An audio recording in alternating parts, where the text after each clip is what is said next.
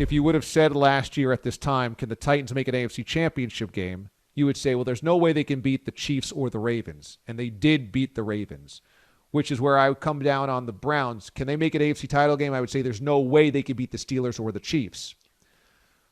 But I guess another question that you bring up is Baker Mayfield better, worse, or the same as Ryan Tannehill? I think he's worse than Tannehill right now. Do I think he can become Ryan Tannehill? Yeah, I think that's a fair comp. I agree. I completely agree. I think that's a fair comp. Here's the thing about the Browns. They'll take on the Titans on Sunday in Nashville. If they win that game, that's a big boy win. That's their second big boy win, and the Titans are playing good football right now, so it's a much better win than when they beat the Colts. They take on the Ravens at home. The Ravens are sliding. Who knows what they look like? They go to New York to take on the Giants and the Jets, and then wrap up against the Steelers. It's not easy.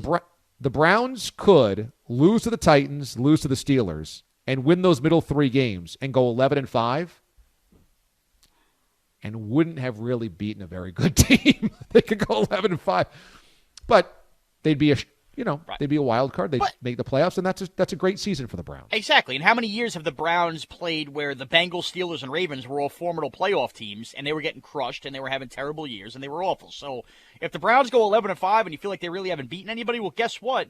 They were that team that they would have been beating, if we had those questions about other teams. So at least they've elevated themselves into that part, and which is, we've been dying for that for the Browns franchise. Yep, they flipped the script. They flipped the narrative. They are no longer the bad team everybody beats. They are the team that beats the bad teams. And that's a great step forward. And this should have been the step last year that we were talking about. Good talent, good roster, an empowered Baker Mayfield, Odell, etc. Freddie Kitchens was a nightmare. Baker wasn't very good. Nothing really fit very well, and they fell on their face. This is the year that was the step forward that Browns fans have been waiting for, and it's very cool to see.